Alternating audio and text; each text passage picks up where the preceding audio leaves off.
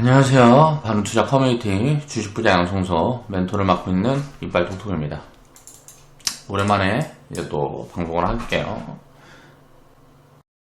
일주일에 이제 한 두세 개씩이라도 이제 꾸준히 올라갈 수 있도록 이제 노력을 하겠습니다. 어느 정도 제가 이제 공부를 하고 있는 부분에 기본 좀 베이스는 갖춰졌으니까 이제 거기서 추가적으로 이제 공부를 해나가면서 제가 추상적인 개념들을 조금 명확하게 좀 바꿔가는 작업들만 이제 해나가면 되는 그 정도까지 좀 공부가 돼 있어서요. 제가 판단했을 때 그래서 이제 조금씩 시간이 나는 부분들은 방송을 조금 할 수 있도록 그렇게 노력을 하겠습니다. 2021년 5월 13일 이제 목요일날 제작한 영상인데 시간이 좀 흘렀죠. 그래도 내용에 대한 부분들은 좀 달라진 게 없어서 수정 없이 그냥 방송을 하겠습니다. 동부건설로 254% 이제 수익 인증 해주신 이제 회원분이 계셔서 제가 생각하고 있는 투자에 대한 방향성과 그런 부분들, 그리고 우선주에 대한 시그널, 저는 이제 우선주를 접근을 할 때 이제 수익에 대한 관점에서 접근하는 부분들도 있지만 이게 어떤 시그널들을 주는 경우들이 많아요. 그래서 처음에 이런 파동에 대한 공부를 할 때 가끔 이제 우선주들이 막 급등락을 하는데 이게 나타내는 것이 무엇일까? 라는 부분에 대해서 고민을 많이 하고 생각을 많이 하고 이렇게 저렇게 대입을 시켜보면서 통계치를 좀 뽑아내려는 노력들을 했어요. 그래서 이제 생각을 해보니까 이런 부분들이 이제 명확하게 보여진다라는 거죠. 그러니까 극에 달했을 때, 항상 시장이 극에 달했을 때 시장 흐름이 극에 달했을 때 이런 흐름들이 오더라. 그래서 그런 부분들을 이야기를 좀 해볼 거고요. 이번에 동부건설로도 이제 4연상 흐름이 나왔는데 제가 이제 한 2년 전인가 1년 반 전인가부터 이제 하나 우선주에서도 우리 회원분들은 이제 3연상이나 이런 것들을 경험을 해보셨죠. 이런 게 쉽게 나오는 이유는 시가총액이 작아서 투기자금이 조금만 몰려버리면 이제 급등을 하는 그런 형상들이 만들어지게끔 거의 돼 있어요. 우선주의 특성들이 그렇게 돼 있는데, 그래서 요거는 이제 좀 제도적인, 이게 좀 제가 봤을 때는 보완이 좀 필요할 것 같습니다. 예를 들어서 그러니까 그런 부분들이 좀 필요할 것 같은데 그게 없다 보니까 어떻게 보면 좀 투기적인 느낌들도 많이 있죠. 다만 우리가 이제 기억을 해야 될 거는 본주와 우선주의 괴리율이 벌어져 있을 때는 이거는 기회다라는 측면으로 접근을 해야 된다는 거예요. 우선주가 본주보다 훨씬 쌀 때는 이게 저평가되어 있는 거예요. 그리고 본주가 우선주보다 훨씬 쌀 때는 본주가 저평가되어 있는 건 아니에요. 무슨 말이냐? 본주를 기준으로 밸류 판단을 해서 우선주도 싸다고 생각이 되면은 섞어가는 개념으로 접근을 해야 된다라는 거예요. 왜냐면은 그리고 또 이제 너무 무거운 작업이 들어가면 회수가 안 될 수가 있으니까 제가 생각했을 때는 접근할 때 우선주에 접근할 때는 맥시멈이 한 500 정도? 그러니까 큰 자금들을 융통하시는 분들은 어차피 운영이 안 되는 그런 부분이 있다라고 이제 생각을 하고 이제 접근을 하면 될 것 같습니다. 우선주 파동은 투기 자금의 심리 상태를 알려준다. 뭔 말이냐면 투기 자금은 뭘까요? 항상 성격이 급합니다. 저도 성격이 굉장히 급하거든요.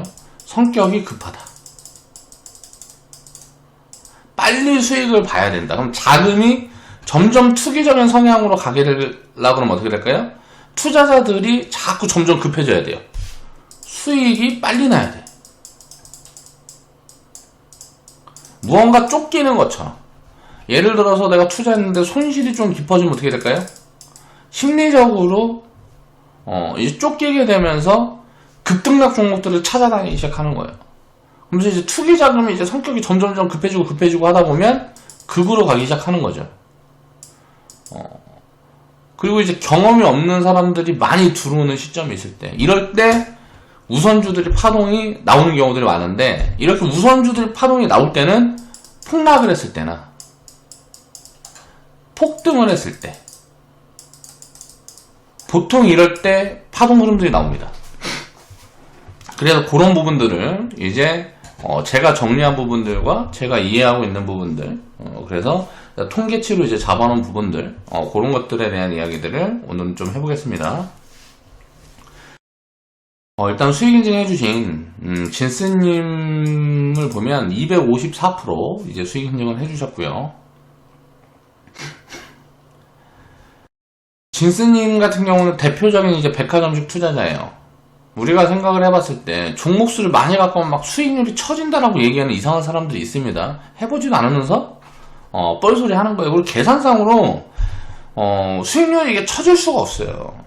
그러니까 계좌 안정감만 더해주는 거지, 단기적인 관점에서는 당연히 변동성은 몰빵보다 작을 수 있겠죠. 왜 그럴까요? 막 상한가 들어가면 30%인데요. 몰빵 쳐나가는데 상한가 들어가면 30% 하루에 올라가는 거잖아요. 하한가 맞으면 하루에 마이너스 30%인데 몰빵에 났으면 하루에 마이너스 30%가 빠지는 거라고. 그러니까 이게 만약에 몰빵이 돼 있으면 계좌 변동성이 엄청 커지는데, 분산을 해나가면 해나갈수록 계좌 변동성을 줄여가는 효과가 있는 거예요. 그게 단점이냐 강점이냐를 봤을 때 무조건 강점이라는 거죠. 왜냐면은 우리는 평균치를 먹으면 수익은 무한대인데 이제 손실은 제한된다는 거죠. 손실은 마이너스 100%로 제한이 되는데 수익은 플러스 무한대란 말이에요. 10만 프로도 가능하다는 거지. 그러면 이게 기간만 장기적으로 늘어나면 늘어날수록 복리가 기하급수적으로 커져가면서 안정감을 체크하고 가려고 그러면 당연히 분산 투자가 돼 있어야 되는 거예요. 시스템상으로. 그걸 어떻게 체계화시켜서 만들어 갈 거냐 하는 부분에 대한 고민이 많이 들어가 있어야죠. 여기서 우리는 이제 추가시키는 시스템이 일정금이라는 거죠. 종목당 일정한 금액을 맞춰서 운영을 하게 되면 확률적인 이점을 취해갈 때 굉장히 유리하다라는 거예요. 상장 폐지를 겁내지 않아도 된다. 종목수를 500개를 갖고 간다는 거는 100개를 갖고 가면 내 자금의 1%예요. 자, 500개의 기업을 내가 보유를 하겠다라는 거는 몇 프로예요?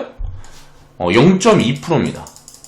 기업이 하나가 망가지더라도 0.2%의 손실이 있는 거예요. 그러면 수익이 100%가 넘어가도 0.2%의 수익이네. 수익을 0.2%든 5%든 1%든 쌓아나가는 거죠. 그래서 진스님 같은 경우는 이미 100% 이상 수익 나가서 이제 수익을 챙겨간 종목들이 수백 개 된단 말이에요. 그런 종목들이 수백 개 돼요. 그렇게 계속 쌓아나가는 겁니다.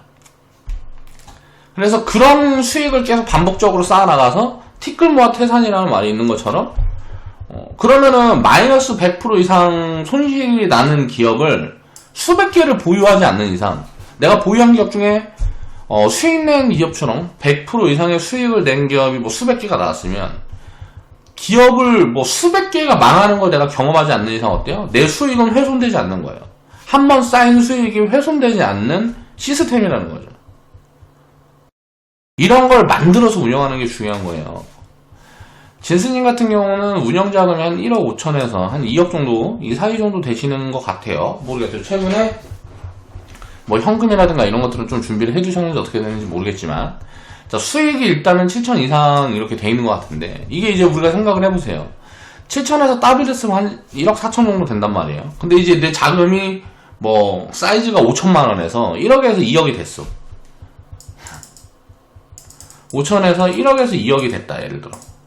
한 번 이제 변동성을 만나고 나서 뭐 2018년도부터 2020년도까지 뭐 이제 좋은 이제 매집 찬스가 있었고, 그리고 나서 이제 시장이 많이 들어올려지면서 수익을 크게 냈어요. 이런 것들 한 번 더 반복하면 어떻게 될까요? 처음은 이제 미약해요. 근데 이제 이 1, 2억이 어떻게 될까요? 2억에서 이제 4억이 된단 말이에요. 5억 뭐 이렇게 된단 말이에요. 그러면 이게 한 사이클이 한 번, 두 번, 세 번 정도만 반복이 되면, 이 세 번 정도 사이클이 반복이 되는데 5년에서 10년 정도 걸립니다, 보통. 자, 이 세 번의 사이클만 반복이 되면 기본적으로 내 자산은 5배에서 10배가 늘어나 있어요. 자, 5년, 10년 동안 저축을 만약에 주식으로 하게 되면, 내가 예를 들어서 저축을 해서 내 원금 5천을 모으고 1억을 모았다, 예를 들어서 5년에서 10년 동안. 이 5천 1억이 5억, 10억이 돼 있는 거예요. 이건 시간 가치가 엄청난 겁니다. 내가 예를 들어서 벌어서 저축할 수 있는 금이 5천에서 1억이 되면 내 사이즈는 1억짜리밖에 안 되는 거예요. 내 사이즈는 1억짜리밖에 안 되는데 5억, 10억이 된다라는 거는 40년, 50년을 버는 거예요. 우리가 주식 투자를 하고 저축을 하고 개념을 어떻게 잡아야 되냐면 돈을 번다라는 개념으로 들어가면 안 되는 거예요. 시간을 버는 개념으로 들어가야 되는 거예요. 그러면 은퇴 시점이 빨라지고 우리가 잡을 얘기를 할 때 노동이란 말이에요. 잡은 노동이에요. 자, 이 노동을 처음에는 어때요? 사람들이 이건 필수가 됩니다. 이거를 안 하면 먹고 살 수가 없어요. 그래서 이제 필수가 되는데 이게 필수가 되다 보니까 어때요? 사람들이 잡을 즐기질 못해요. 일을 즐기질 못한단 말이에요. 근데 이 필수적인 부분들이 선택으로 바뀌게 되잖아요.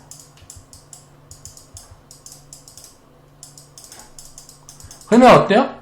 돈이라는 게 목적이 아니게 되면 사람의 마음도 여유로워질 수가 있어요. 그리고 이제 일이 선택이 되면 어떻게 될까요? 취미랑 가까운, 내가 관심이 있는 일을 하면서 돈을 벌지 않아도 되니까 내가 하고 싶은 일로 방향성을 설정해 나갈 수 있다는 거예요. 잡의 방향성을. 그러면 굉장히 좋겠죠. 이거는 뭐 인생이고 내 마인드고 뭐 여러 가지 부분에서 굉장히 긍정적인 효과들을 가져올 수가 있단 말이에요. 이걸 위해서 투자를 해나가는 겁니다. 단기적으로 수익 몇 천만 원, 뭐 1, 2억, 뭐 이걸 가지고 이런 잔돈을 위해서 우리가 투자를 하는 게 아니에요. 항상 그렇게 생각을 하고 장기적인 관점으로 회원분들은 수익을 쌓아간다 라는 개념으로 접근을 하시길 바랍니다. 평생투자님도 이제 수익 인증을 해주셨고요. 평생투자님 같은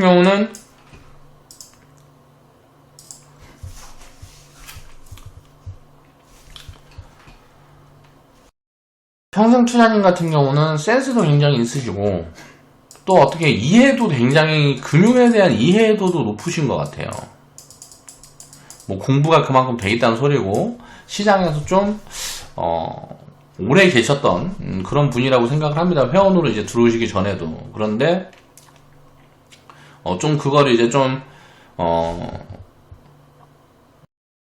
저희 이제 회원으로 들어오시면서 좀 그걸 체계화시킨 그런데 조금 도움을 받으셨다라고 생각을 해요. 물론 본인이 아니라고 하면 어쩔 수 없지만 투자 경험도 이제 많으신 듯하고 공부량도 상당히 되시는 듯합니다. 근데 이제 뭐 자금 이제 운영하는 걸 보면 여러 가지 이제 뭐 코멘트들 나가고 뭐 하는 것들을 굉장히 좀 긍정적으로 활용하고 계시는 부분들이 보이거든요.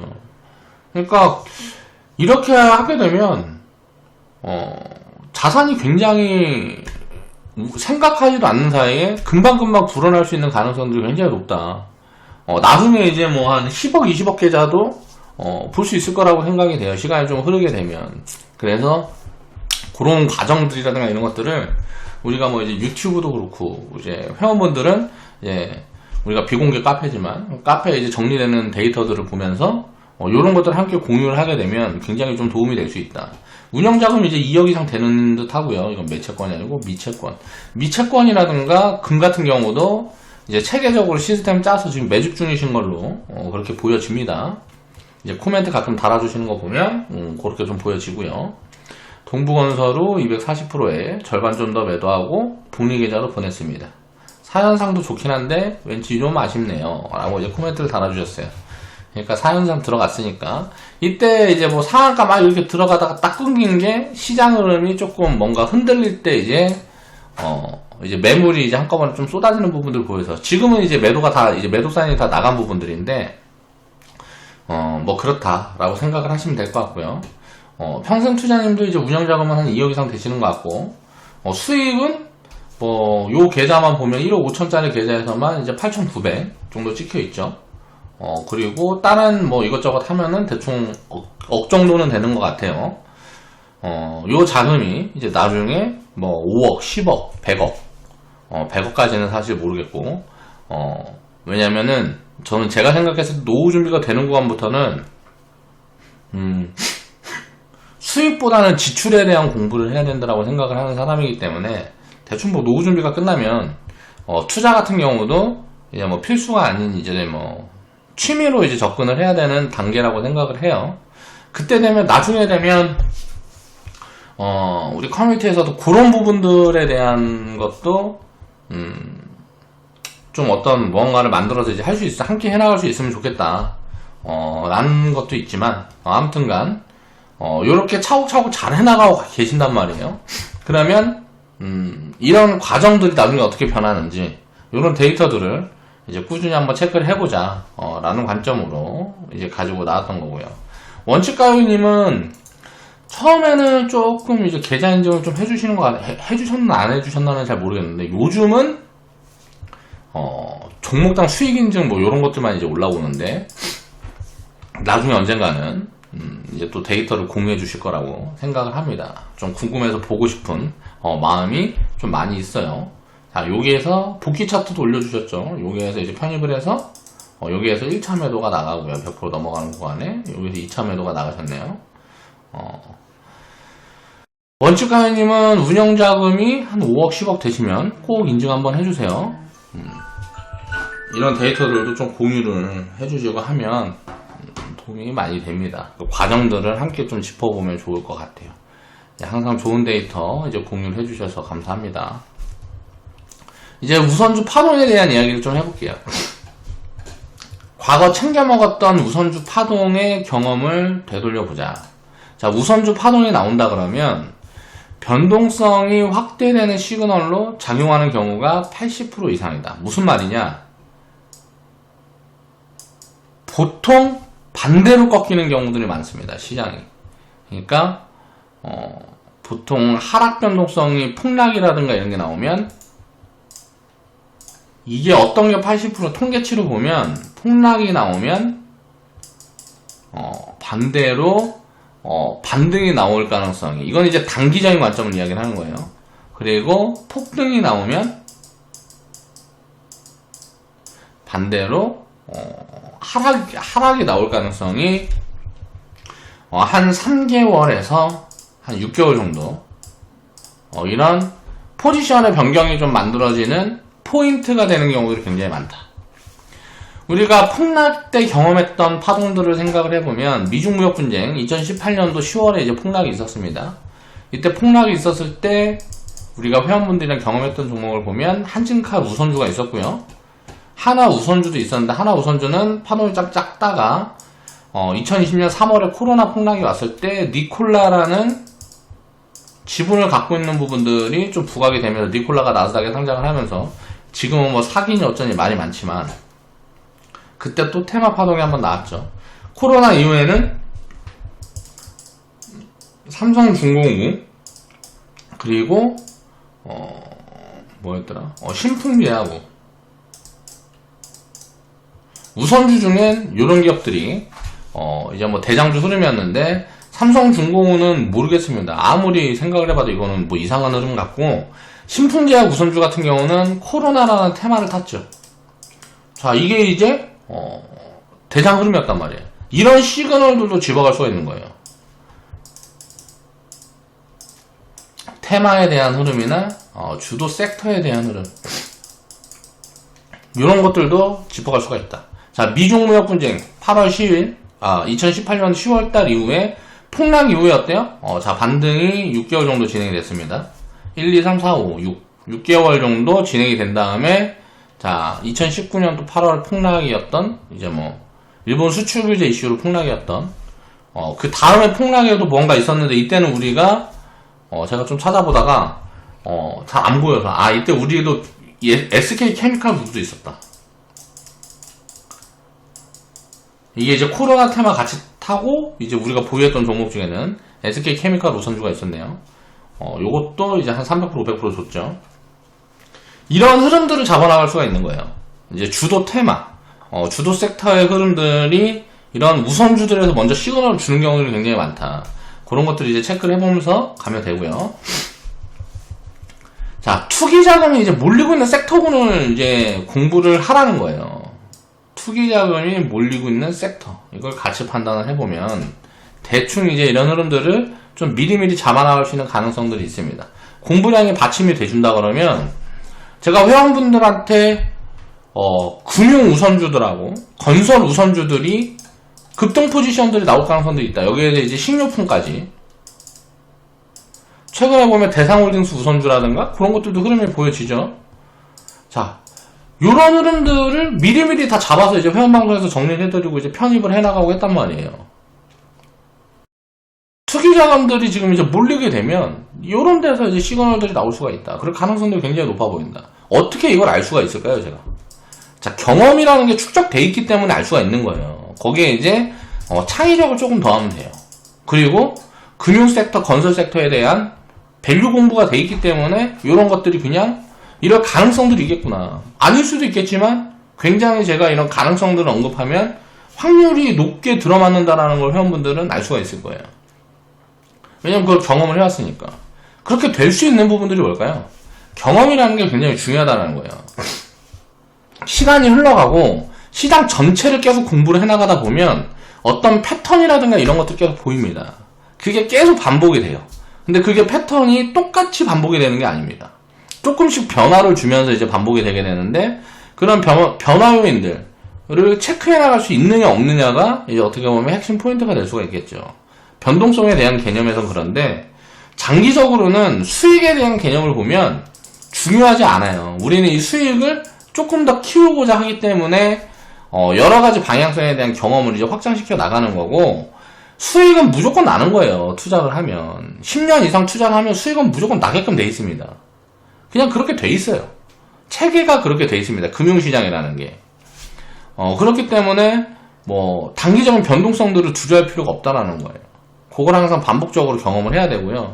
폭락이 아무리 길어도 우리나라 같은 경우는 3년 이상 이제 뭐 하락이라든가 폭락상이 이어진 적이 없어요. IMF 때가 아마 최대일 거예요. 그때가 이제 한 3년 정도. IMF보다 더 극심한 노이즈가 만들어진다 만약 우리나라에 그럼 우리나라는 망했다라는 경우겠죠. 그런 경우의 수가 없다 그러면 하락이라든가 폭락은 3년 이상 유지될 수가 없는 거예요. IMF 이상으로 우리나라가 만약에 망해버리면 주식 투자만이 문제가 아니고 뭐 일거리도 다 없어지는 우리나라는 거의 뭐 붕괴 수준으로 가는 거. 베네수엘라처럼 되기 전에는 그럴 베네수엘라처럼 된다라는 게 없다라 그러면 주식 투자는 실패한다라는 게 사실 불가능해요. 아니 베네수엘라처럼 돼도 주식 투자자들은 큰 이득을 보죠. 이제 우리나라 그러니까 전쟁이 나서 뭐 지구 종말이라든가 뭐 전쟁이 나서 우리나라가 뭐 황폐화되지 않는 이상에는 투자자는 망할 수가 없습니다. 그런 원리들을 경험을 확장해 나가면서 이해를 해야 돼요. 그 다음에 투기자금의 성향이라는 거는 단기 성향이 항상 빨리 수익을 내야지. 이런 것들이 항상 왜곡 포지션을 만들어준다는 거예요. 그럼 이건 뭔 말일까요? 쏠림을 만들어준다는 거예요. 이 쏠림이라는 걸 공부를 하게 되면 버블 포지션들이 오게 되고 이 버블을 공부하려고 그러려면 가치 판단이 돼야 되는 거예요. 이게 버블인지 지금 올라갔을 때 싼지 이런 것들을 판단하려고 그러면 가치 판단이 돼 있어야 되죠. 이런 것들을 조합해서 여러 가지를 생각을 해나가다 보면 기회 요인이 보여요, 눈에. 제가 회원방송들에서 여러 가지 시그널들이라든가 기회 요인들을 짚어드리는 것들을 생각을 해보란 말이에요, 회원분들은. 그걸 반복적으로 생각을 해나가다 보면 이런 흐름들이 눈에 잡히게 돼요. 그 패턴을 계속 조금씩 수정 보완해 나가면서 장기적으로 끌고 가는 겁니다. 자, 코스피가 어때요? 우리는 과거에 뭐 이런 걸 경험을 했단 말이에요. 야, 폭락 이후에는 우선주들이 움직이네. 그쵸? 이걸 경험을 했단 말이에요. 폭락 후에는 우선주들이 움직이는데 이게 왜 움직일까? 그걸 이제 이해를 해야 되는 거죠. 왜? 폭락 후에는 어때요? 사람들이 손실이 크다 보니까 급해요, 마음이. 자, 그러면 이제 폭등 후에는 우선주들이 왜 움직일까요? 폭등 후에는 상대 비교를 합니다. 야, 쟤는 수익이 150%라는데 나는 마이너스 30%야. 뒤처지는 것 같아. 이거 빨리 쫓아갔으면 좋겠어. 그러면서 투기자금들이 더 심하게 움직이는 경우들이 많아요. 그러니까 어떻게 보면 요런 투기자금들의 흐름들을 경험으로 좀 이제 읽고 있으면 이런 시그널들이 보여질 때 자금을 일부 분산을 해서 수익을 조금 쌓아갈 수 있는 기회가 오는 거죠. 자, 통보건소주, 하나투자증권 우선주. 하나투자증권 우선주로 우리는 이제 1000% 수익을 경험한 회원분들이 슬슬 나오기 시작했어요. 처음에 회원분들한테 제가 100% 수익 경험하는 회원분들이 조금씩 나오기 시작할 때 시스템도 바꿔드리고 그런 데이터들 계속 축적해 나가면서 지금까지 왔단 말이에요. 자, 이런 이제 사랑도 마찬가지고 첫 경험이라는 게 굉장히 중요한 거예요. 나는 직접적인 경험이 없어도 다른 회원분들이 이런 경험을 쌓아간다는 걸 간접 경험을 하게 되잖아요. 그럼 사람들은 동조화가 된다란 말이에요. 인간은 동조화가 되게 돼 있어요. 이런 긍정적인 결과치들이 계속 반복되고 너도 하고 나도 하고 여기저기서 해보다 보면 1000%라는 수익률은 단기적으로 이렇게 만들어진 건 이거는 투기적인 버블이란 말이에요. 이런 경험들이 몇 번 있었죠. 자, 어떤 경험을 가져다 주냐면 복리계좌라는 이 효과를 이제 이해를 하기 시작하면 전부를 팔지 않게 돼요. 굉장히 좋은 투자 습관이라는 게 갖춰지게 된다는 거예요. 자금이 얼마든 일부분은 항상 제가 오래 끌고 가고 자꾸 이렇게 코멘트들을 드리고 하는 이유가 뭐냐면 이런 경험들을 확장시켜 나가야 사이즈가 커진단 말이에요. 계속 수익을 제한시키면서 내가 그 사이즈에 머물러 있으면 안 돼요. 그렇게 되면 여러 가지 기회들을 놓치는 결과들을 초래를 하니까 과거에는 우리가 편입한 구간에서 1000% 넘어가고 하는 포지션들이 나오고 뭐하고 해도 수익을 챙겨가지 못했어요. 왜? 이 복리계좌 단기 성향이 세진 거죠. 기존에 원래 회원분들도 단기 성향이 셌던 거예요. 그렇기 때문에 복리계좌를 이제 운영을 하는 경험들이 쌓여나가진 않았던 거죠. 근데 이제 이런 걸 간접 경험하기 시작하면 최근에 보면 어때요? 여러 회원분들이 복리계좌를 계속 이제 만들어 나가고 계시단 말이에요. 그전에는 관심도 없었어. 왜 이걸 만들어 나가고 있을까요? 그런 부분들에 대해서 이해가 입혀지는 거라고 저는 생각을 합니다. 그래서 이런 경험들이 중요한 거예요. 지금은 이제 뭐 테마 타고 이제 급등 흐름을 만들어지면서 이런 1000% 흐름이 나왔지만 3년, 5년, 10년 보유해서 1000% 이상. 자, 이제 5000%. 1000%에서 5000%까지의 수익을 경험을 하게 되면 어떻게 될까요? 점점점 확장이 되는 거예요. 이 다음은 어떻게 돼요? 10,000%로 가는 거예요. 그 다음은 10만 %로 가는 거고. 뭐 이때쯤 되면 워렌 버핏 되는 겁니다. 뭐 자산은 축적이 돼 있을 거고. 투자에 대해서는 이제 이골이 나는 거죠. 그러면 뭐 이미 돈에 대해서는 자유로워지는 거고. 금융을 이해했는데 이런 데까지, 이런 목표치까지 회원분들이 전부 도달을 했었으면 좋겠어요. 투기 자금의 성향은 항상 단기 성향이고, 이런 왜곡 포지션을 만들어서 기회를 준다. 라는 걸 이제 이해를 해야 되는 거죠. 이게 어떻게 될까요, 지금은? 이때가 이제 18년도 10월이었어요. 그럼 이제 지금 시그널은 어때요? 급등 후에 이런 투기 자금들의 움직임들이 보여지는 거잖아요. 이때가 20년 3월이고. 자, 여기에서 살짝 조정이 들어갔다가 이렇게 갈 수도 있고, 이게 1번의 상황이 될 수 있고요. 자, 그 다음에 푹 무너졌다가 시간이 좀 오래 걸려서 이런 식으로 갈 수도 있고. 자, 이게 2번의 상황이에요. 자, 단기적인 방향성이 하락일 확률이 80% 이상이다. 이런 시그널을 잡아갈 수가 있다는 거예요. 그럼 이런 하락이 진행이 되고 뭐하고 할 때, 자, 이게 시그널 1이에요. 제가 아까 얘기했잖아요. 여기서 통계치로 보니까 우선주 파동이 나오면 변동수상이 확대되는 시그널을 작용하는 경우가 80% 이상인데 단기적으로 어때요? 반대 포지션이 진행이 된단 말이에요. 폭락 다음에는 반등. 그리고 어때요 지금? 폭등 다음에 이런 파동들이 나왔을 때는 반대로 시그널이 이제 하락으로 바꿔될 가능성이 높은데 우리가 이제 하락이 제한된 하락일지 폭락일지를 지금은 알 수가 없단 말이에요. 폭락이 올라가려면 어떤 시그널들이 나와야 되겠죠. 그런데 그런 것들이 시그널로 작용할 수 있는 부분들도 보여진단 말이에요. 최근에 이제 테이퍼링 론이 되고 있는 부분들도 있고, 자, 금리 인상, 물가 인상에 대한 시그널들이 조금 나오고 있죠.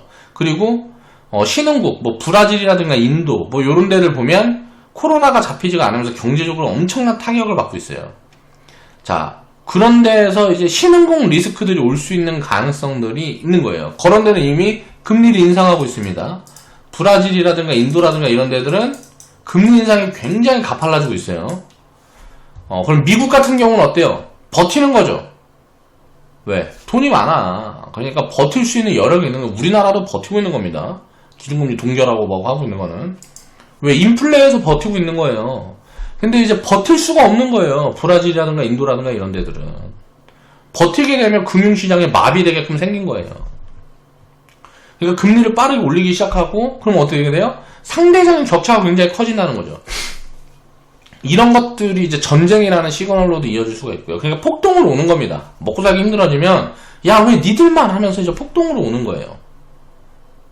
이제 부자와 빈자의 이제 뭐 그런 폭들이 굉장히 빈부격차가 커지고, 선진국과 신흥국들의 빈부격차가 커지면 커질수록 어때요?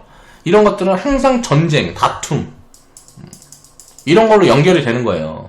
그러니까 전쟁이라든가 이런 것들이 전부 다 어떻게 보면 금융이에요, 금융. 그런 걸로 이제 시그널들이 연결이 된다는 거죠. 이런 것들이 오게 되면 어떻게 될까요? 폭락으로 가겠죠. 폭락으로 갈지, 그냥 완만한 조정으로 갈지. 약한 조정으로 갈지, 폭락으로 갈지는 지금 알 수가 없기 때문에 하락 확률이 굉장히 높아졌지만, 하락을 회피하려는 마음을 가지면 안 된다. 이런 부분에 대해서 최근에는 굉장히 제가 회원방송을 많이 하면서 말씀을 드리고 있고요. 그 다음 시그널은 뭘까요? 야, 건설 섹터하고 금융 섹터가 지금 보면 전체적으로 흐름이 좋은데 왜? 이게 단순 테마냐라는 걸 생각을 해보는 거예요.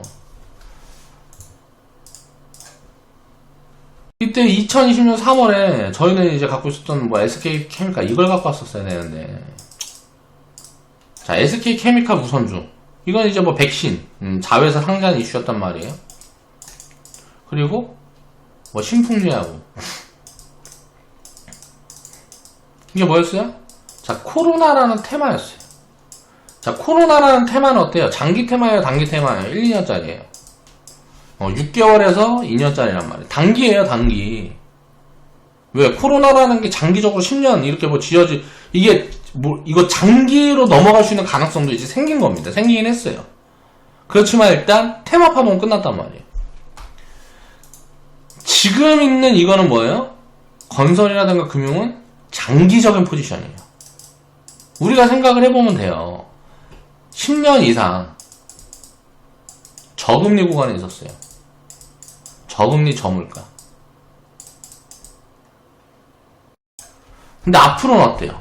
앞으로 10년은 이렇게 될까요? 자, 4차 산업이라는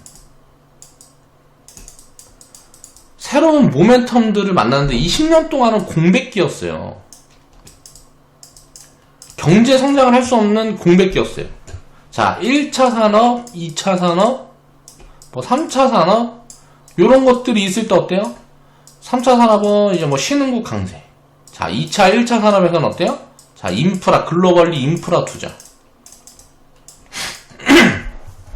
뭐 댐 만들고 뭐 이런 거 저런 거 하면서 일자리도 많고 정부에서 뭐 이제 돈도 많이 풀리고, 그러면서 1차 산업, 2차 산업에 고성장을 가져가고, 3차 산업 때도 이제 이런 것들이 정리되면서 선진국에서 그렇게 부가 쌓였던 게 신흥국으로 많이 투자되면서 신흥국에서 3차 파동이 좀 흐름들이 강하게 나왔단 말이에요.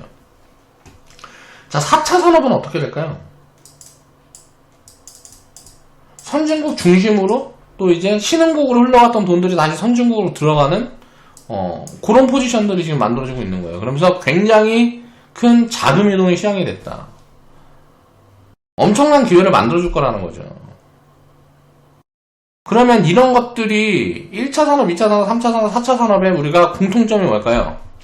물가나 금리들이 따라 올라가는 거예요. 인프라 투자가 바뀌는 거죠.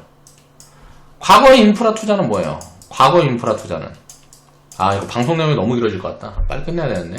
건설, 금융, 철강. 자, 금리 올라가니까, 금리 물가 올라가니까 금융 섹터 좋고요. 자, 정부에서 인프라 투자를 많이 하니까 건설 섹터 좋고요. 자, 원자재가 많이 팔리니까 철강 섹터가 좋아요. 근데 지금 현재는 어떻게 변할까요?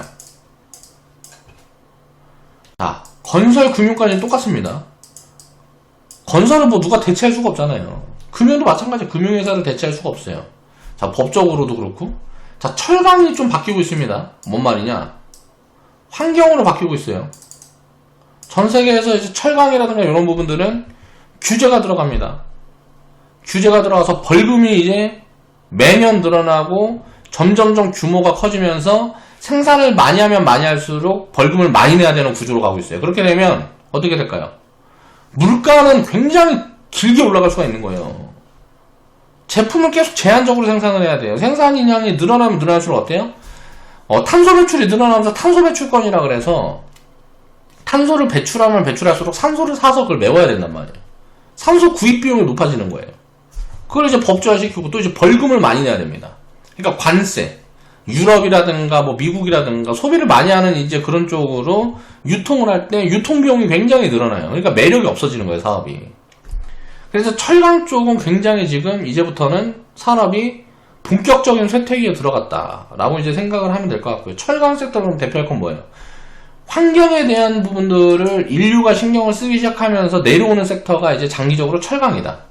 그러면 이제 올라가는 섹터는 뭘까요? 친에너지. 뭐 풍력, 태양광 이런 거란 말이에요. 이런 게 이제 주도 섹터에 들어설 거고, 그 다음은 뭐가 있을까요? 반도체. 자, 그러니까 뭐가 흐름이 다르냐면, 자, 인프라에 대한 부분들을 보면 과거에는 건설, 철강, 금융 뭐 이게 위주였어요. 지금은 이제 건설, 반도체, 금융인 거예요. 소재가 철강에서 반도체로 바뀌는 거예요. 그리고 건설 같은 경우는 그대로 유지가 되고 금융 같은 경우도 그대로 유지가 되겠죠. 금융 같은 경우는 살짝 바뀌는 부분들이 있습니다. 자, 블록체인이라는 기술이라든가 이런 것들이 나오면서 금융이 어때요? 여기 뭐가 바뀌냐면 온라인화 되는 거예요. 온라인 비대면. 이런 시장이 커지면서 플랫폼에 대한 빅데이터, 이런 시장이 금융시장을 연결해서 엄청나게 커질 수 있는 거죠. 빅데이터 뭐 대표가 이제 뭐 보안이라든 이렇게 카테고리들을 잡아나가는 거예요. 이렇게 되면 이렇게 될 거고 저렇게 되면 저렇게 될 거고. 자, 일단 그러니까 핵심은 이거예요. 건설, 금융 섹터는 어때요? 자, 인프라 투자 전 세계적으로 이제 뭐 정부에서 많이 한다 그러니까. 자, 금융. 자, 물가라든가 이런 것들은 장기적으로 올라갈 수밖에 없는 지금 구조를 갖춰가고 있으니까. 자, 그러면 건설이라든가 금융은 당연히 좋을 거고. 철강이 과거에 이제 대표적인 원자재 섹터였는데, 그러니까 소재 섹터였다는 거죠. 인프라 투자를 많이 하면 할수록 이제 소재로 철강이 많이 들어가니까. 근데 이제 미래 인프라는 뭐예요? 5G, 전기차. 아까 이야기했던 비대면. 뭐 클라우드 서비스, 클라우드 시장이 새로 열렸죠, 반도체 시장에. 자, 전기차 시장, 자동차 시장, 전장 시장이라고 얘기 많이 하죠. 자, 5G, 통신, 이제 뭐 우주로 간대요, 통신을. 이제 기지국 설치하고 뭐하고 다 이제 뭐 땅에서 했는데, 이제는 기술이 개발이 돼서 스페이스X라든가 이런 것들 보면 우주에서 막 한대. 우주에서 무슨 인공위성을 갖고 지구를 덮어서 어떻게 하니 막 이런 얘기들이 나오잖아요. 요게 다 핵심 소재로 들어가는 게 반도체예요. 과거 같은 경우는 이제 뭐 건물 짓고, 자, 인간들이 기본적으로 구축할 수 있는 그런 인프라였는데, 자, 인프라의 흐름이 바뀌는 거죠. 패턴은 똑같이 반복이 되는 겁니다.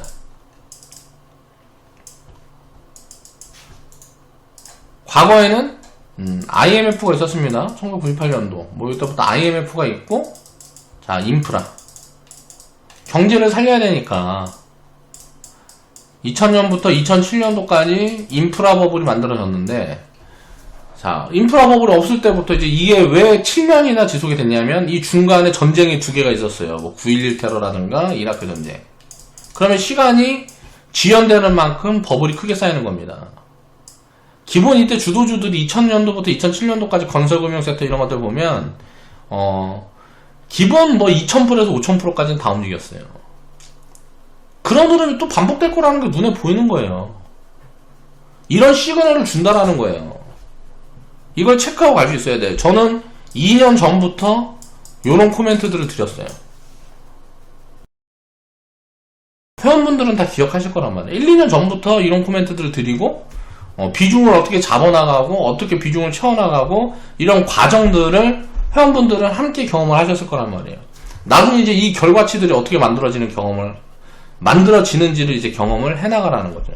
이런 시대의 흐름을 읽을 수가 있어야 돼요. 투자자들은 단기적인 흐름에 자꾸 연동돼서 쏠려다니면 안 된단 말이에요.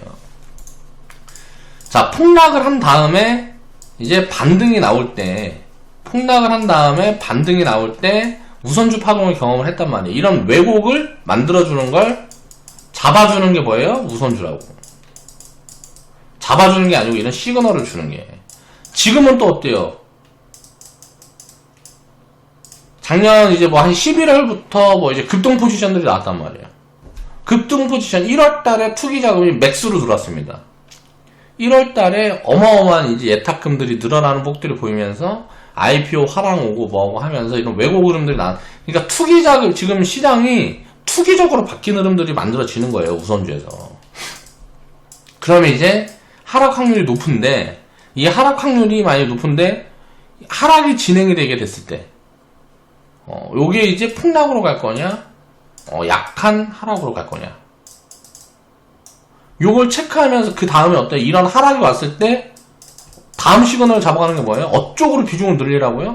건설 금융 쪽 비중을 늘리기 위해서 보는 거예요. 공부를 해나가는 거죠. 이런 시그널들을 잡아가야 늘려나갈 수가 있는 거예요. 오늘 진짜 1000억짜리 강의했다. 1000억짜리 강의했어. 요런 흐름들을 한 번씩 공부를 해보시면 이해가 되는 분들이 있을 거예요. 자, 오늘 방송 마무리하겠습니다.